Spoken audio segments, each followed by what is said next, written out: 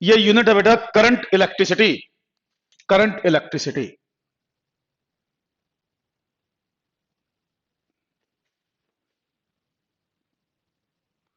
Current electricity ये unit का नाम है। इससे पहले जो पढ़ रहे थे वो थी इलेक्ट्रोस्टैटिक्स। तो उसमें आप पढ़ रहे थे चार्जेस एट रेस्ट की प्रॉपर्टीज, चार्जेस एट रेस्ट की प्रॉपर्टी। करंट इलेक्ट्रिसिटी में आप पढ़ेंगे चार्जेस इन मोशन के बारे में, चार्जेस इन मोशन के बारे में। तो चार्जेस इन मोशन हम स्टडी करने वाले हैं इस चैप्टर के अंदर। तो इसमें दो तीन पार्ट्स में इसको हम डिवाइड करके स्टडी कर सकते हैं। जैसे पहले तो इसकी माइक्रोस्कोपिक प्रॉपर्टीज के बारे में डिस्कस करेंगे हम, मतलब थ्योरीज हैं बेसिकली वो, ओम्स लॉ वगैरह है, ड्रिफ्ट वेलोसिटी से रिलेटेड कुछ बेसिक माइक्रोस्कोपिक प्रॉपर्टीज के बारे में पढ़ेंगे। बाद में इसको इसके सर्किट एनालिसिस के बारे में पढ़ेंगे हम, सर्किट्स को एनालाइज करना है, resistance, series, parallel, combination, current flow कर रहा है, ये सब चीजें पढ़ेंगे। फिर अगला पार्ट आएगा इंस्ट्रूमेंट्स का, अलग अलग इंस्ट्रूमेंट पढ़ने हमने, voltmeter, ammeter, potentiometer, Wheatstone bridge, ये सब चीजें इसमें पढ़ने वाले हैं। तो तीन पार्ट्स में हम इसको कह सकते हैं, कुछ माइक्रोस्कोपिक प्रॉपर्टीज से रिलेटेड शुरू में, फिर करंट मतलब सर्किट एनालिसिस से रिलेटेड, देन हम इसके इंस्ट्रूमेंट्स के बारे में पढ़ेंगे। बिल्कुल आसान यूनिट है वैसे, ज्यादा घुमा फिरा के क्वेश्चन नहीं आते हैं, सिंपल बेसिक चीजें हमें क्लियर है तो उन्हीं से रिलेटेड क्वेश्चन इसमें आएंगे। जैसे क्वेश्चन हम आमतौर पर बुक में सोल्व करते हैं या क्लासेस में पढ़ेंगे, एज इट इज वही क्वेश्चन आ जाते हैं पेपर में भी। तो बोर्ड के पॉइंट से भी इंपॉर्टेंट है, कंपटीशन में भी हर साल एक दो क्वेश्चन 100% मिलेगा करंट इलेक्ट्रिसिटी का, लेकिन सिंपल क्वेश्चन आते हैं अगर बेसिक कॉन्सेप्ट आपको क्लियर है तो। ज्यादा कंटेंट वाइज ये नहीं कि बहुत एक्स्ट्रा कुछ इसमें है। हाँ, तीन पार्ट्स हैं जैसे, तो लगभग 20 लेक्चर के आसपास इसमें टोटल हमारे लगने वाले हैं। तो आज जो स्टार्ट करेंगे हम, बेसिक माइक्रोस्कोपिक प्रॉपर्टीज जो हैं उनके बारे में डिस्कस करेंगे। कुछ थ्योरीज हैं, कुछ लॉज हैं, वो हमें याद करने होते हैं, उनका कोई रीजन तो नहीं होता, लेकिन वो थ्योरेटिकल बातें हैं, वो ध्यान रखनी होती हैं। तो देखो, मैंने कहा भी इसमें हम करंट इलेक्ट्रिसिटी है ये चैप्टर, तो चार्जेस इन मोशन के बारे में पढ़ेंगे, चार्जेस इन मोशन। तो पहली स्टेटमेंट इसमें आती है इलेक्ट्रिक करंट की। इलेक्ट्रिक करंट क्या होता है भाई?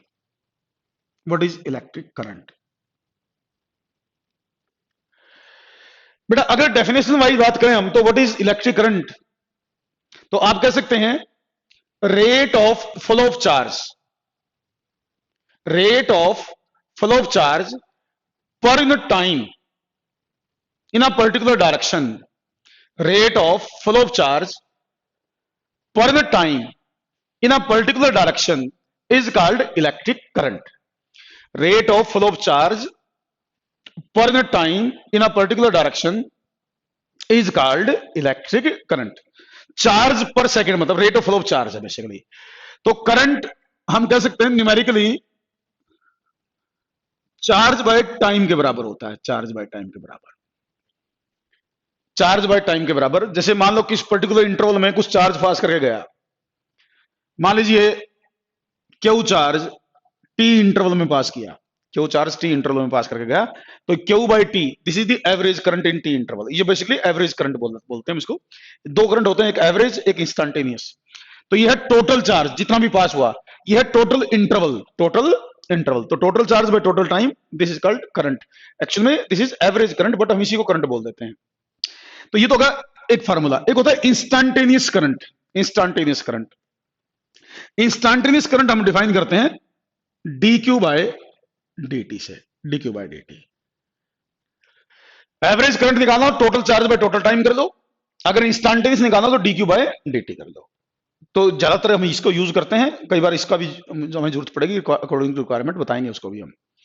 तो चार्ज पर टाइम है मोटे तौर पर करंट, और करंट जैसे चार्ज की यूनिट कूलम है, करंट टाइम की यूनिट सेकंड है, तो कूलम और सेकंड इसकी यूनिट है एम्पियर, एम्पियर। तो 1 एम्पियर का मतलब होता है 1 coulomb per second, 1 coulomb per second, इसको 1 एम्पियर बोलते हैं। अच्छा, करंट जो है एक स्केलर क्वांटिटी मानी जाएगी, current is a scalar quantity, but current की डायरेक्शन भी होती है। जैसे मान लो कोई कंडक्टर है, मैं मेटालिक कंडक्टर की बात कर रहा हूं, उसमें करंट आता है इलेक्ट्रॉन के चलने से। तो जैसे मान लो इलेक्ट्रॉन इधर चलेंगे, मान लो इधर इलेक्ट्रॉन चलेंगे, तो करंट की डायरेक्शन इलेक्ट्रॉन के फ्लो के अपोजिट मानी जाएगी। तो direction of current is considered opposite to the flow of negative charge. Negative charge के फ्लो के अपोजिट डायरेक्शन ऑफ करंट मानी जाती है without any reason, just it is a convention. ये कन्वेंशन है, कोई कारण नहीं है क्यों मानते। कोई बच्चा पूछे क्यों जी, कोई रीजन नहीं। शुरू में जिन्होंने करंट को डिफाइन किया उन्होंने करंट की डायरेक्शन मान ली opposite to the flow of electron, और वही उसको बोलते हैं कन्वेंशनल करंट। तो कन्वेंशन है, तो ये करंट की direction opposite to the flow of electron. या फिर अगर कोई मटेरियल ऐसा है जिसमें पॉजिटिव चार्ज चल रहा हो, अगर किसी मटेरियल में पॉजिटिव चार्ज चल रहा हो, तो करंट तो पॉजिटिव चार्ज के चलने से भी आ सकता है, करंट नेगेटिव चार्ज के चलने से भी आ सकता है। तो अगर करंट पॉजिटिव चार्ज के कारण आ रहा है तो करंट की डायरेक्शन और पॉजिटिव चार्ज की डायरेक्शन सेम मानी जाएगी। तो करंट की डायरेक्शन मानी जाती है opposite to the flow of negative charge या same as that of flow of positive charge. This is by convention, not by rule. लेकिन ये करंट की डायरेक्शन है और ये स्केलर है। उसका कारण है कि करंट जो है डायरेक्शन होते हुए भी स्केलर इसलिए है क्योंकि ये वेक्टर एडिशन के लॉज को फॉलो नहीं करता। करंट वेक्टर एडिशन के लॉज को फॉलो नहीं करता, करंट स्केलर एडिशन के लॉज को फॉलो करता है। It is current is that is why current is a scalar quantity. तो ये तो होगा करंट की बात। अच्छा, कई बार क्या हो सकता है, किसी मटेरियल में दोनों आपके पार्टिकल हो सकते हैं, नेगेटिव भी पॉजिटिव भी। नेगेटिव मान लो इधर जा रहा है, पॉजिटिव मान लो इधर जा रहा है। तो करंट अगर दोनों पार्टिकल की मोशन के कारण आ रहा है तो पॉजिटिव के कारण तो करंट इधर है ही है, नेगेटिव का करंट भी इधर हो जाएगा। तो टोटल करंट दोनों की मोशन के कारण जो करंट आएगा उसके अलजेब्रिक सम के बराबर होगा। टोटल करंट दोनों के अलजेब्रिक सम के बराबर होगा। एक बच्चे ने लिखा भी करंट टेंसर है। टेंसर बेटे हमारे सिलेबस से बाहर की बात है। प्लस 2 तक टेंसर की बात नहीं आती कहीं। प्लस 2 तक ना या तो वेक्टर पूछेगा या स्केलर पूछेगा।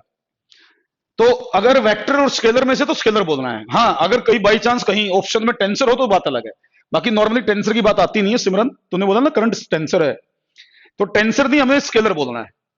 स्केलर बोलना है इसको, क्योंकि टेंसर प्लस 2 तक नहीं पढ़े जाते हैं, तो इसलिए हम वेक्टर या स्केलर की ही बात करते हैं। तो ये तो करंट की बेसिक चीज है, भाई करंट क्या है। अब करंट जैसे मैंने कहा भी अलग अलग चार्ज की मोशन के कारण आता है। जो चार्ज पार्टिकल चलते हैं जिनके कारण करंट आता है उनको हम कहते हैं current carriers. Current carriers, current carriers का मतलब है जो चार्ज पार्टिकल करंट के लिए रिस्पॉन्सिबल, जिन चार्ज पार्टिकल की मोशन के कारण करंट आता है, दो आर कॉल्ड करंट कैरियर्स। जैसे कंडक्टर्स हैं, जो कंडक्टर मेटल्स, कंडक्टर्स या मेटल्स में आपसे पूछे तो करंट कैरियर कौन से पार्टिकल है, तो आप कहेंगे इलेक्ट्रॉन्स हैं जी। कई बार इस तरह क्वेश्चन आ जाता है कौन से पार्टिकल की मोशन के कारण करंट आया, तो मेटल्स हैं जैसे कॉपर है, एल्यूमिनियम है, इस तरह की जो मेटल्स हैं उनमें करंट आता है इलेक्ट्रॉन्स के कारण। फिर है आपके पास पूछता है भाई सेमीकंडक्टर में किसके कारण आता है। सेमीकंडक्टर्स में, सेमीकंडक्टर में करंट कैरियर्स। करंट कैरियर का मतलब क्या बोला मैंने, जिन पार्टिकल्स की मोशन के कारण करंट आएगा दो आर कॉल्ड करंट कैरियर्स। तो सेमीकंडक्टर में होते हैं इलेक्ट्रॉन्स एंड होल्स। शायद आपने होल्स का नाम सुना होगा। तो करंट कैरियर्स इलेक्ट्रॉन्स और होल्स होते हैं सेमीकंडक्टर्स में। इसके बाद होती हैं गैसेज। गैसेज नॉर्मली कंडक्ट नहीं करती, गैसेज नॉर्मली इंसुलेटर हैं, लेकिन अगर प्रेशर कम कर दो और पोटेंशियल डिफरेंस हाई लगा दो तो गैस भी कंडक्ट करना स्टार्ट कर देगी, तो गैस में भी करंट आ जाएगा। तो गैसेज में आते हैं इलेक्ट्रॉन्स एंड पॉजिटिव आयंस। ये जरूर नोट करना, पॉजिटिव आयंस ये करंट कैरियर्स हैं गैसेज में। अगर कंडक्ट करेंगी तो, नॉर्मली करती नहीं है, नॉर्मली इंसुलेटर होती हैं, but under particular condition conduct कर सकती हैं। तो वो जब उनमें इलेक्ट्रिक ब्रेकडाउन होता है ना, इलेक्ट्रिक ब्रेकडाउन होता है तो वो कंडक्ट करती हैं। तो इलेक्ट्रिक ब्रेकडाउन होगा तो क्या होगा, मॉलिक्यूल्स में से, एटम में से इलेक्ट्रॉन अलग हो जाएंगे, तो पॉजिटिव आयन बढ़ जाएंगे और फ्री इलेक्ट्रॉन हो जाएंगे। तो इसलिए इलेक्ट्रॉन और पॉजिटिव आयन कंडक्शन के लिए रिस्पॉन्सिबल होंगे गैसेज में। ऐसे इलेक्ट्रोलाइट्स हैं, जैसे इलेक्ट्रोलाइट्स, इलेक्ट्रोलाइट्स में positive and negative ions, positive ions and negative ions, ये दोनों ही रिस्पॉन्सिबल हैं करंट के लिए इलेक्ट्रोलाइट्स में। तो करंट कैरियर्स के बारे में कई बार क्वेश्चन आता है, कौन से पार्टिकल के कारण करंट आएगा। व्हाट इज होल, हाँ बिल्कुल, होल जो है बेटा वैकेंसी ऑफ इलेक्ट्रॉन होती है, ये आगे पढ़ोगे आप। होल वैकेंसी ऑफ इलेक्ट्रॉन को बोलते हैं, वैकेंसी ऑफ इलेक्ट्रॉन को। ये चीज सेमीकंडक्टर वाला जो चैप्टर उसमें पढ़ेंगे, वैकेंसी ऑफ इलेक्ट्रॉन है, ध्यान रखना। ये डिटेल में सेमीकंडक्टर चैप्टर 9th यूनिट जो है ना वो इसी से रिलेटेड है, सेमीकंडक्टर से, तो वहां समझ में आएगा क्या है ये। अभी तो इतना समझ लो कि ये पॉजिटिव चार्ज होता है, इन पर चार्ज होता है प्लस ई। इलेक्ट्रॉन में जैसे माइनस ई होता है, तो होल्स पर प्लस ई चार्ज होता है। ये वैकेंसी ऑफ इलेक्ट्रॉन होती है बेसिकली, जहां से इलेक्ट्रॉन चला जाए उस वैकेंसी को होल बोलते हैं।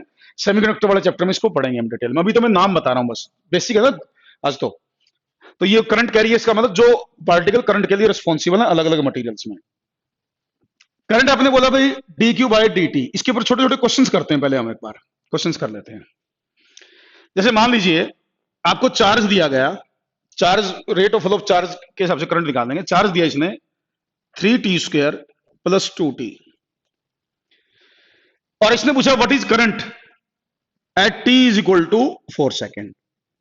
What is current eight t = 4 second. तो इंस्टेंटेनियस करंट निकालना है मुझे, तो dq बाई dt करूंगा, दैट इज 6t + 2। t की वैल्यू 4 पे इसने करंट पूछा मेरे से, तो I = 6 × 4 + 2, तो current is 26 ampere. Current 26 ampere हो गया।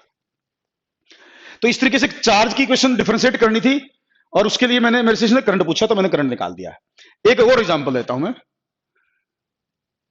मान लीजिए इसने मेरे को इक्वेशन दी 5t² + 3t, ये इक्वेशन दी। एक और सुनना, अभी कहता है find average current from t = 2 to t = 4 second. ये पूछ रहा find average current from t = 2 second to t = 4 second. देखो इसमें तो इंस्टेंटेनियस करंट एट 4 पूछा था, इंस्टेंटेनियस करंट एट 4। यहां इसने पूछा what is average current from t = 2 to t = 4। तो मुझे एवरेज करंट निकालना हो, तो एवरेज करंट कैसे निकालूं? जितना टोटल चार्ज पास करेगा, जितना टोटल टाइम इंटरवल होगा, जितना टोटल चार्ज पास करेगा, जितना टोटल टाइम टेकन होगा। तो डेल्टा टी तो होगा 2 सेकेंड, 4 - 2 2 सेकेंड तो होगा डेल्टा टी। अब मुझे 2 सेकेंड से 4 सेकेंड के बीच का चार्ज निकालना है, तो 2 सेकेंड का चार्ज निकाल दूं, 5 × 2 का स्क्वायर + 3 × 2, कितना हो गया भाइयों? 20 और 26, 26 कूलम तो ये होगा 2 पाए। फिर 4 सेकंड में निकालूं, 4 सेकंड पर, 4 सेकंड में कितना होगा भाई? 5 × 4 का स्क्वायर + 3 × 4, 16 80, 80 और 12 92 कूलम। ये भी 26 आ गया क्या? तो अब देखो आई एवरेज 92 - 26/2, कितना बड़ा है? 92 - 26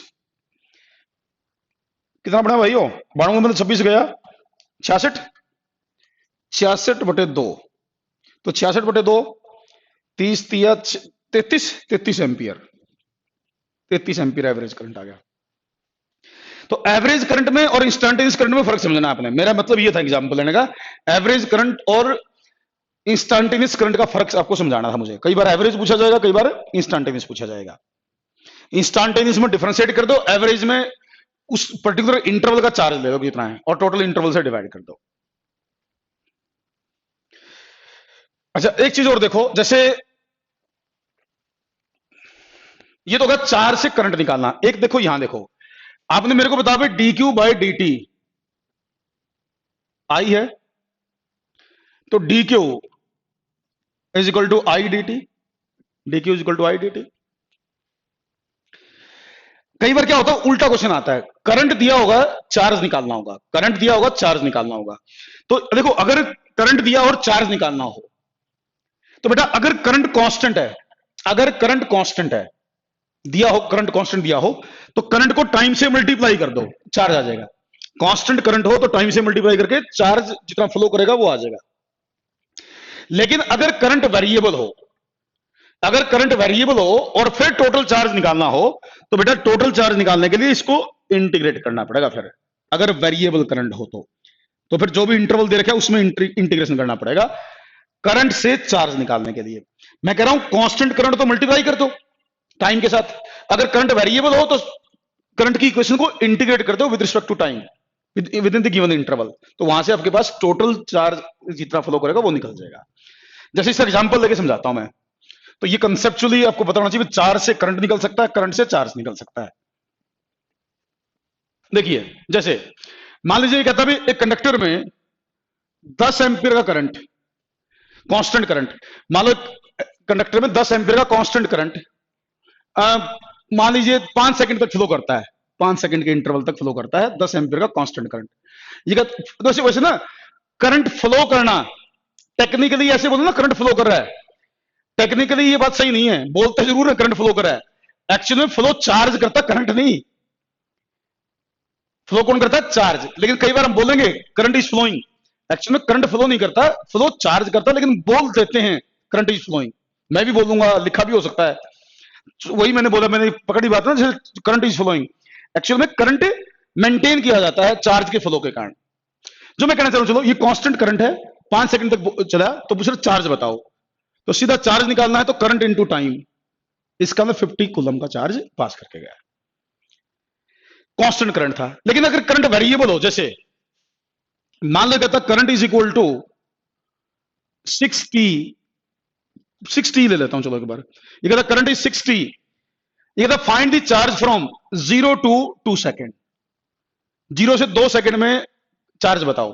तो करंट होगा वेरिएबल, टाइम डिपेंडेंट होगा, तो पहले मैं क्या करूंगा, स्मॉल चार्ज लिखूंगा आई डी टी, इसमें आई की वैल्यू करूंगा 6t dt, और फिर इसको इंटीग्रेट करूंगा 0 से 2, 0 से 2, तो यहां से क्या हुआ, इसका इंटीग्रेशन, तो यहां 6 t स्क्र बाई 2 0 to 2, 1/2 बाहर निकाल के, तो क्यू इज इक्वल टू 6/2, 2 का स्क्वायर माइनस 0, तो q is equal to 3 into 4, 12 coulomb का चार्ज आ गया। तो इसका 12 कूलम का चार्ज आया, अगर मैं पहले 2 सेकंड के इंटरवल में चार्ज निकालना चाहता हूं। यहां करंट वेरिएबल था, तो मुझे इंटीग्रेट करके चार्ज निकालना है, वेरिएबल करंट था। तो और एग्जांपल लेता हूं इसके में, और लेता हूं एग्जांपल इसके में, देखो जैसे मान लो करंट दे दिया जाए I is equal to 3t square plus 7t, I is equal to 3t square plus 7t। ये पूछता है find charge from 1 second to 3 second, ये पूछता है find charge from 1 second to 3 second, 1 से 3 तक। तो dq is equal to I D T, I की वैल्यू भरूंगा, तो dq is equal to 3t square dt plus 7t dt,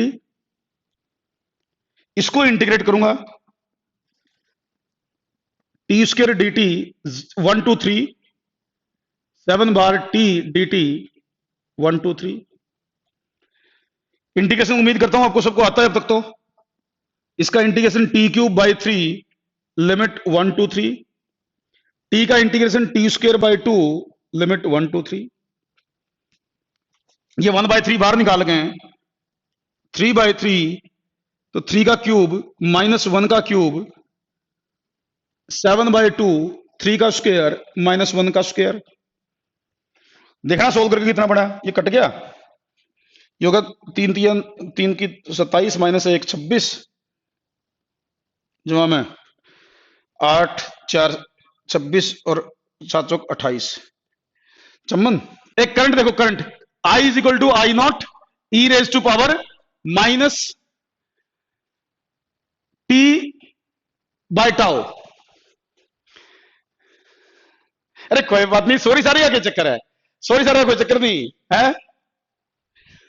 I is equal to I naught e raise to power minus T by tau, where tau is a constant. I is equal to I naught e raise to power minus T by tau, t time है, ये tau constant है, I naught constant है, I naught constant है, tau constant, t time है। ये कहता find charge, find charge from 0 to tau, find charge from 0 to tau, 0 से tau तक चार्ज निकालो। करो इसको, बताओ चार्ज कैसे निकालोगे, इसका आंसर बताओ भाई, देखता हूं इंटीग्रेशन आता ही नहीं आता आप लोगों को, फिर आंसर गलत दे रहे हो। तो dq is equal to I D T, dq is equal to I D T, I की वैल्यू भरो। मैं उम्मीद करता हूं आपको इंटीग्रेशन आता है, इसके बगैर फिजिक्स कैसे पढ़ोगे तुम लोग।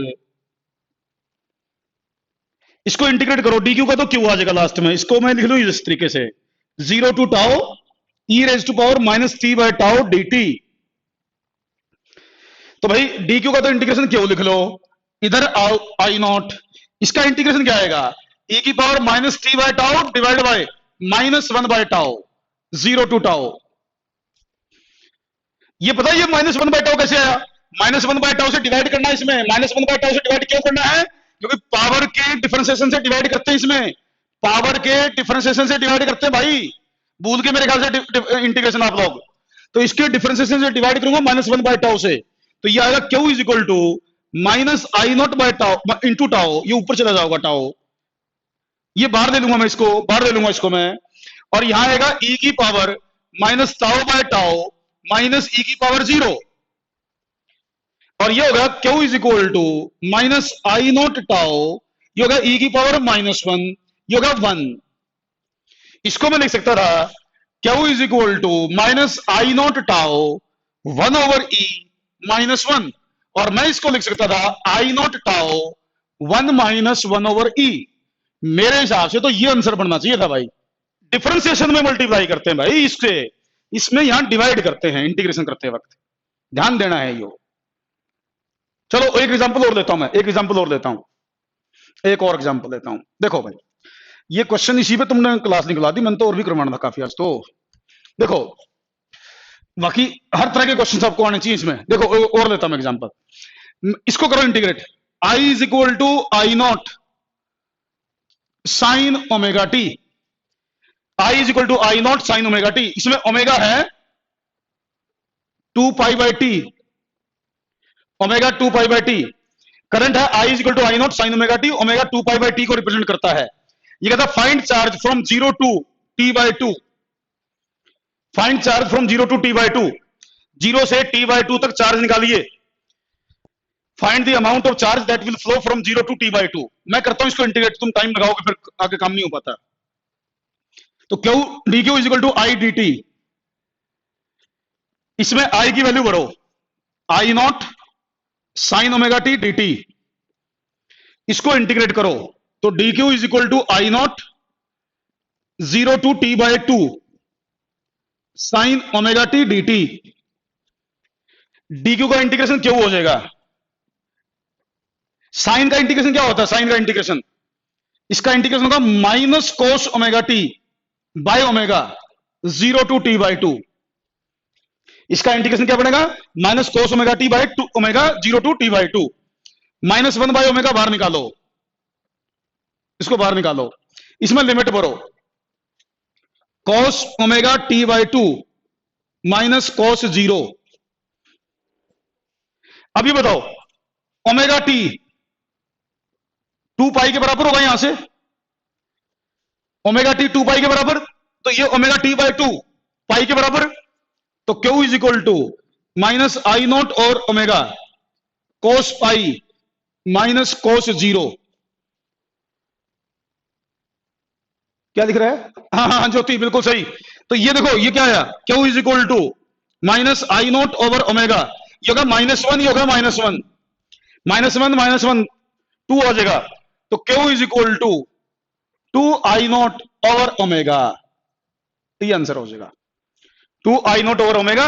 अगर आप चाहो तो ओमेगा की वैल्यू भर लो, अगर चाहो तो ओमेगा की वैल्यू भर लो, ओमेगा की वैल्यू भरोगे तो ये आंसर बन जाएगा 2I0 ओवर 2π/t, ये t ऊपर आ जाएगा, 2 से 2 काट दो, तो उस केस में आंसर बन जाएगा I0 into T by pi. ये भी आंसर लिख सकते थे, ये भी लिख सकते थे, ये भी लिख सकते थे, केवल इंटीग्रेशन है और कुछ नहीं है इसमें, केवल इंटीग्रेशन है। आपको इसका साइन का इंटीग्रेशन आना चाहिए, साइन का इंटीग्रेशन कर लोगे, लिमिट भर दो, आंसर आ जाएगा। तो ये तो टाइप क्वेश्चन की है भाई, जिसमें वेरिएबल करंट से चार्ज निकालना, वेरिएबल करंट से चार्ज निकालने का। और देता हूं एग्जांपल्स, देखो बहुत सारे एग्जांपल बनेंगे इसमें, करंट पे ही कई सारे क्वेश्चन बन जाते हैं, करंट के ऊपर ही। देखो एक चीज देखो आप, एक ना ग्राफ का क्वेश्चन बनेगा, ग्राफ का, जैसे इधर दिया टाइम, इधर दिया चार्ज, इधर टाइम दिया, इधर चार्ज दिया। मान लो जस्ट एग्जांपल लेट, ये ग्राफ आया, ये ग्राफ आया। अब एक चीज सोचो, इस ग्राफ का स्लोप क्या होगा? स्लोप मेरे ख्याल से तो स्लोप tan थीटा होगा, स्लोप होगा क्या? tan theta. ये वैल्यू मान लो dq, ये वैल्यू मान लो dt, तो tan थीटा होगा dq by dt। Dq by dt। तो करंट क्या हो गया, स्लोप के बराबर नहीं हो गया क्या, करंट स्लोप के बराबर आ गया। तो चार्ज और टाइम के बीच में, चार्ज और टाइम के बीच में ग्राफ दे रखा हो तो उस ग्राफ के स्लोप से करंट निकाला जा सकता है। चार्ज और टाइम के बीच में ग्राफ दे रखा हो तो उस ग्राफ के स्लोप से करंट बताया जा सकता है। तो इस ग्राफ का कोई क्वेश्चन आ जाए, जैसे एग्जांपल लूं, मैं एग्जांपल देता हूं भाई, मान लो ये टाइम है, ये चार्ज है, दो ग्राफ दे दिए अपने को इस तरह के। मान लो एक कंडक्टर ए के लिए है, ये कंडक्टर बी के लिए है, मान लो दो अलग अलग कंडक्टर के लिए ग्राफ दे दिए। ये एंगल मान लो 30 डिग्री है, ये एंगल मान लो 60 डिग्री है। अब आपसे पूछता है कि बताइए ratio of current in A to ratio of current in B क्या होगी, ratio of current in A by ratio of current in B की रेशियो क्या होगी। तो बेटा ए का करंट होगा टेंजेंट 30 और बी का करंट होगा टेंजेंट 60। तो मेरे हिसाब से तो 1:3 की रेशियो आ गई। सर चार्ज और टाइम के अंडर ग्राफ का एरिया, हाँ हाँ बताऊंगा, रुक जा अभी रुक जा, वो बताऊंगा। अरे 1:3 आएगी बेटा, 1:3, 3:1 नहीं, 1:3 आएगी। 1:3 में और 3:1 में फर्क है। मैंने ऊपर ए का लिया है, नीचे ठीक तो है, ऊपर ए का लिया, नीचे बी का लिया है, तो 1:3 की रेशियो आएगी। अच्छा इसमें एक चीज और देखो, एक तो होता है इंस्टेंटेनियस करंट, मैं फर्क समझाता हूं एक बार, मैं इंस्टेंटेनियस और एवरेज में फर्क समझाता हूं। देखो मैं एक फर्क समझाता हूं एवरेज करंट और इंस्टेंटेनियस में, समझो एक बार। जैसे मैं एग्जांपल दूं एक, बेटा मान लो कुछ इस तरह ग्राफ आ जाए आपके पास, इस तरह ग्राफ आ जाए चार्ज और टाइम का, कोई भी एक एग्जांपल ले रहा हूं मैं। तो बेटा आपसे पूछे इंस्टेंटेनियस करंट एक पर्टिकुलर टाइम पर, जैसे मान लो एक पॉइंट पी है, एक पी पॉइंट है, वहां पर आपसे इंस्टेंटेनियस करंट पूछे, तो मैं यहां का स्लोप देखूंगा, इस पॉइंट का स्लोप देखूंगा। पी पॉइंट पर इंस्टेंटेनियस करंट पूछे तो पी पॉइंट पर जो स्लोप है वो देखूंगा मैं। मेरी बात समझ पा रहे हो, इंस्टेंटेनियस करंट होता है dq बाय dt। तो वो यहां का जो भी स्लोप होगा ना, जैसे मैं यहां टेंजेंट लाइन ड्रा करूंगा, यहां टेंजेंट ड्रा करूंगा,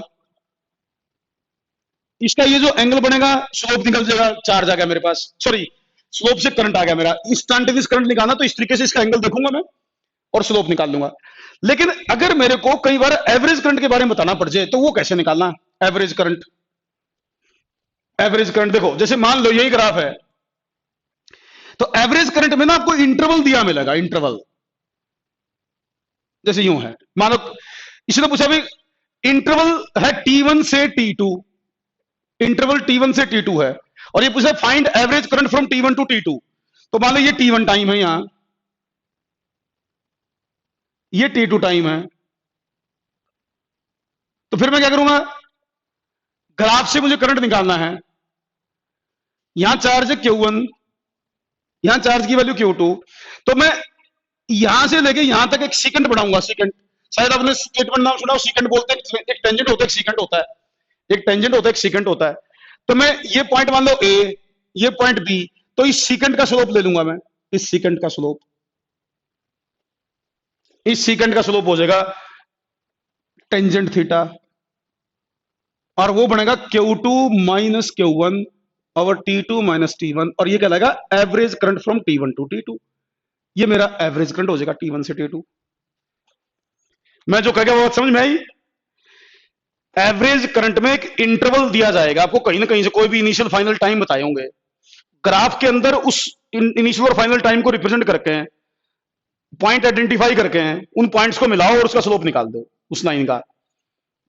एक तो टेंजेंट लाइन होती है, इसको सेकंड लाइन कहते हैं मेरे ख्याल से मैथमेटिक्स में, this line is called second line. तो इसका स्लोप जो होगा इस लाइन का, वो हमारा एवरेज करंट होगा। क्योंकि करंट क्या है, चार्ज बाय टाइम, तो ये Q2 बाय Q1 को, Q2 माइनस Q1 को रिप्रेजेंट करेगा ये, और ये T2 माइनस T1 को रिप्रेजेंट करेगा। तो चार्ज बाय टाइम वाली रेशियो बन गई, तो ये एवरेज करंट हो जाएगा। Clear, okay. अच्छा एक चीज और देखो, ये तो क्या भाई चार्ज से करंट निकालना, चार्ज से करंट निकालना। एक हमसे पूछ सकता है करंट की इक्वेशन, करंट के ग्राफ से, करंट के ग्राफ से चार्ज निकालना। करंट के ग्राफ से चार्ज भी निकाल सकते हो आप। जैसे यहां करंट दे दिया इसने, मान लो, मैं एक आसान सा एग्जांपल ले लेता हूं पहले। मान लो कांस्टेंट करंट दे दिया, वेरिएबल भी हो उसका, मैंने एग्जांपल दिया है तो जस्ट, ये मान लो टी टाइम है। इसने पूछा भाई फाइंड द चार्ज, तो बेटा ये देखो एक बार, ये पॉइंट ले लू ओ ए बी सी। आप मुझे बताओ area of O A B C क्या होगा, area of O A B C मेरे हिसाब से तो ये होगा I into t, I into t area होगा। तो ये जो एरिया है ये आई इंटू टी मतलब चार्ज हो गया, तो ये एरिया किसके बराबर हो गया, area of O A B C is equal to charge. ये एरिया जो है वो चार्ज को रिप्रेजेंट करेगा कि नहीं करेगा भाई।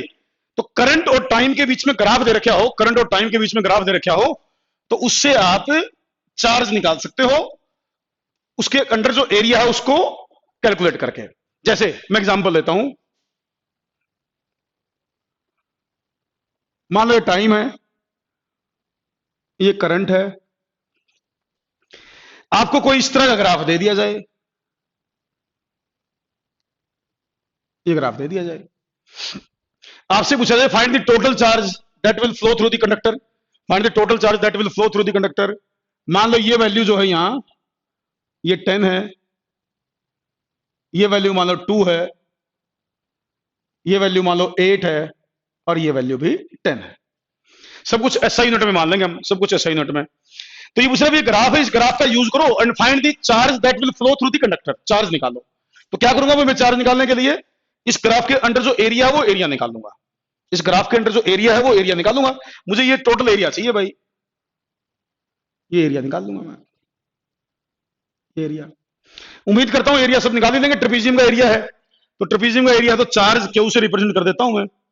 तो क्या बनेगा 1/2 into sum of two parallel sides, sum of two parallel sides into perpendicular distance between the parallel sides. तो क्या बना भाई यहां से 16 इंटू 5 80 80 कूलम, 1685।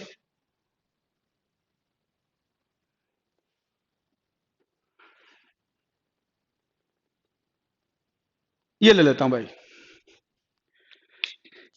ये वैल्यू है 20, ये वैल्यू 10, ये 15, ये 17, ये वैल्यू है -5। माइनस का मतलब अपोजिट करंट है, माइनस करंट का मतलब होगा पहले के कंपैरिजन में अपोजिट डायरेक्शन, बस और कोई रोल नहीं है। अब बताओ find the amount of charge that will pass through the conductor या flow through the conductor, find the charge that will flow through the conductor, कितना चार्ज कंडक्टर के थ्रू फ्लो करेगा इसमें बताओ। सर ग्राफ अगर साइक्लिक हो तो, cyclic कौन सा होता भाई, साइक्लिक ग्राफ कौन सा होगा, करंट का ग्राफ साइक्लिक का मतलब कैसे हो सकेगा, साइक्लिक का मतलब क्या है तेरा, टाइम थोड़ा नहीं घट सका इसमें, टाइम घटेगा थोड़ा नहीं, साइक्लिक में तो टाइम को घटाना पड़ेगा, टाइम थोड़ा नहीं घटेगा, टाइम थोड़ा नहीं घट सकता है। अब इसमें देखना, इसमें ये एरिया पॉजिटिव लेना है, ये एरिया पॉजिटिव लेना है, ये बड़ा एरिया, और ये एरिया नेगेटिव लेना है। नेट चार्ज तभी आएगा, ये पॉजिटिव और ये नेगेटिव। तो ऊपर वाला एरिया कितना बना भाई, मुझे चार्ज निकालना, तो ऊपर वाला एरिया कितना बना भाई 20 गुणा में 10, तो एक पार्ट बन गया, प्लस में 1/2 20 गुणा में 5, माइनस में 1/2 2 इंटू 5। तो भाई क्यों होगा 20 200, जमा में 10 50, माइनस में 5, तो भाई 245 बनता दिखता है मुझे तो, 245। को कंसेप्चुअल बात थोड़ी नहीं बता रहा हूं, कैलकुलेशन बेस्ड है, लेकिन ये पेपर में आते हैं भाई, ये तो बोर्ड लेवल के क्वेश्चंस हैं, बोर्ड लेवल के क्वेश्चन नहीं है। तो पेपर उठा के देखोगे ना, ये मिलेंगे आपने बोर्ड में, बोर्ड के क्वेश्चन में।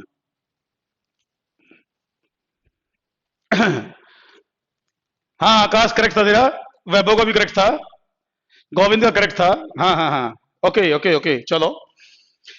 अच्छा ये तो कभी जैसे चार्ज निकालना, करंट निकालना, एक मैं और बताता हूं, देखो पहले ये सोचो करंट क्या है, करंट, करंट आपने मेरे को बताया चार्ज बाय टाइम, करंट बताया चार्ज बाय टाइम। तो बेटा एक चार्ज बाय टाइम होगा करंट, तो इसमें कई सारे अलग अलग टाइप से क्वेश्चन पूछे जाते हैं करंट से रिलेटेड ही, करंट से रिलेटेड। जैसे एग्जांपल लेता हूं मैं, कई बार ना एक आपको ऐसा क्वेश्चन मिलेगा कि एक चार्ज पार्टिकल सर्कल में रोटेट कर रहा है, सर्कल में रोटेट कर रहा है,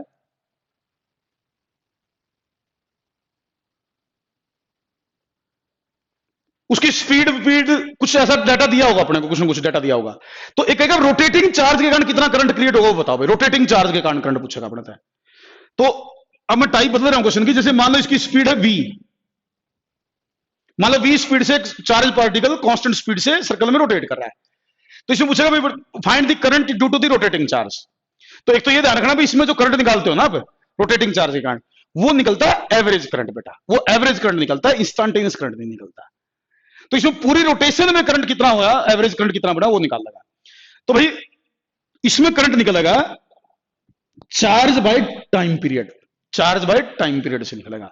टोटल चार्ज जितना फ्लो करेगा by time period, time period of rotation मतलब टाइम पीरियड ऑफ रोटेशन। तो चार्ज बाय टाइम पीरियड से करंट निकलेगा। तो इसमें भी दो तीन टाइप के क्वेश्चन होंगे। कई बार तो टाइम पीरियड दे रखा होगा, टाइम पीरियड दे रखा होगा, आंसर आ जाएगा टाइम पीरियड है। कई बार क्या हो, फ्रीक्वेंसी दे रखी हो, फ्रीक्वेंसी, तो क्यू इंटू फ्रीक्वेंसी, एफ इसमें फ्रीक्वेंसी है, तो उससे आंसर निकलेगा। कई बार टाइम पर, मैं क्या कह रहा हूं, टाइम पीरियड दिया हो सकता है, कई बार फ्रीक्वेंसी दी हो सकती है। कई बार ना टाइम पीरियड दे रखा हो ना फ्रीक्वेंसी दे रखी हो, आपको रेडियस और स्पीड भी दे रखी हो सकती है, रेडियस और स्पीड, तो उसकी टर्म में आंसर निकालना पड़ेगा। क्योंकि टाइम पीरियड क्या लिखोगे आप, सरकमफ्रेंस बाय स्पीड। तो कई बार रेडियस और वी दे रखे हो तो उससे भी करंट निकाल सकते हो, तो वो बन जाएगा q over 2 pi r by we.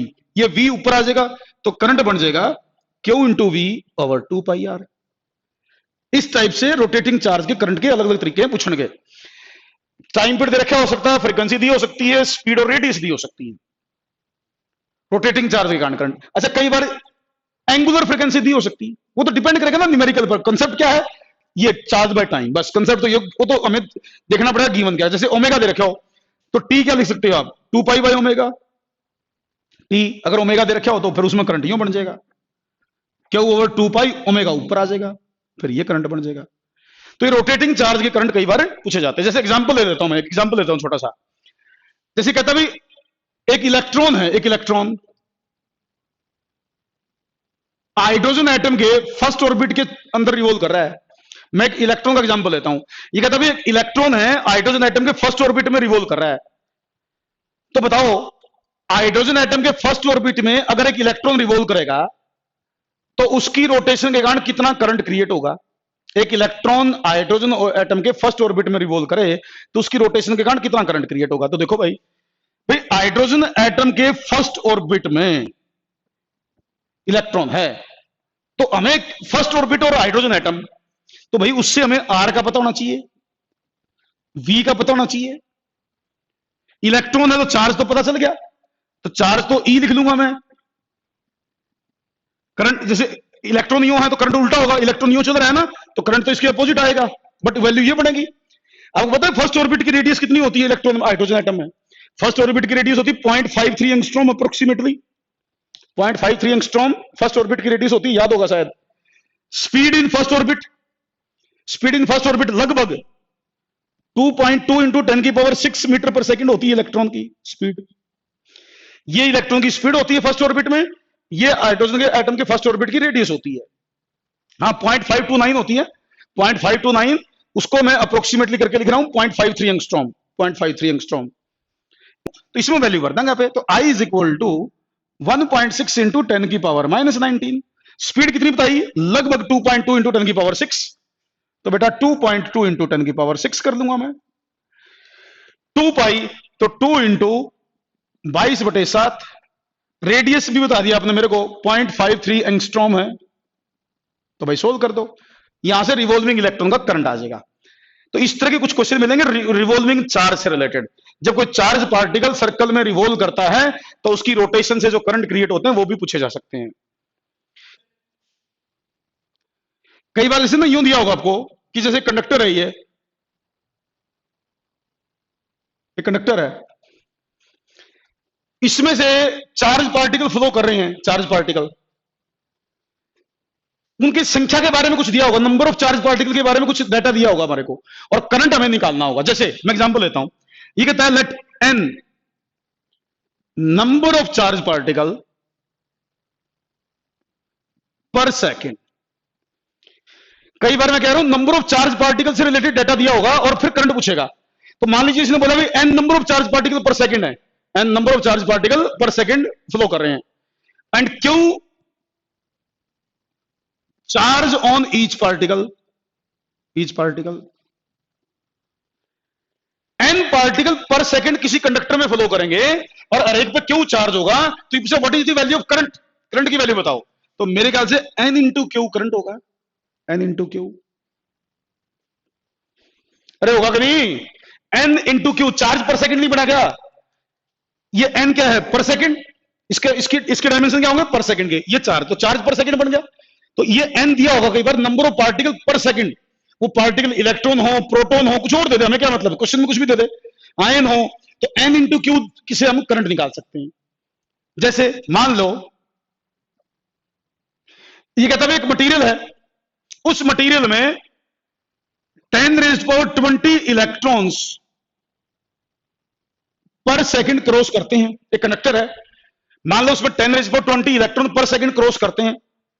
Find the current flowing, find the current flowing. तो भाई I is equal to n q का फॉर्मूला लगा दूंगा मैं उठा के।